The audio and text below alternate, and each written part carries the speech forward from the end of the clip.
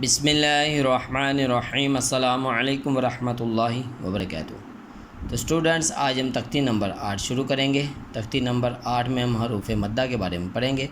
ان حروف کے بارے میں آپ کو بتا دوں، حمزہ، واو، یا یہ تینوں حروف مدہ کہلاتے ہیں۔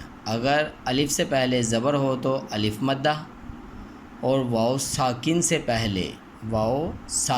پہلے پیش ہو تو واو مدہ، یا ساکن سے پہلے زیر ہو تو یائے مدہ۔ یہ حروف ایک حلف کے برابر کھینچ کر پڑھے جاتے ہیں، جسے مد اصلی کہتے ہیں، جیسے با، بو، بی۔ دیکھا میں نے ان تینوں کو لمبا کر کے پڑھا، با، بو، بی۔ اور ان حروف مدہ کے بعد اگر سبب مد حمزہ اور سکون اصلی یا بوجہ وقف ہو تو لمبی مد ہوگی، جسے مد فرعی کہتے ہیں۔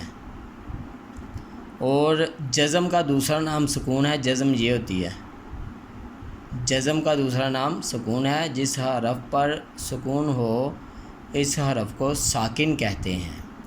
تو تختی نمبر 8 کے بارے میں یہ معلومات تھی۔ تو انشاءاللہ اگلی کلاس میں جو ہے وہ ہم پہلا سبق شروع کرتے ہیں۔ اسی کے ساتھ مجھے اجازت دیجیے۔ اپنا بہت سارا خیال رکھیے گا، مجھے دعا میں یاد رکھیے گا۔ اللہ حافظ۔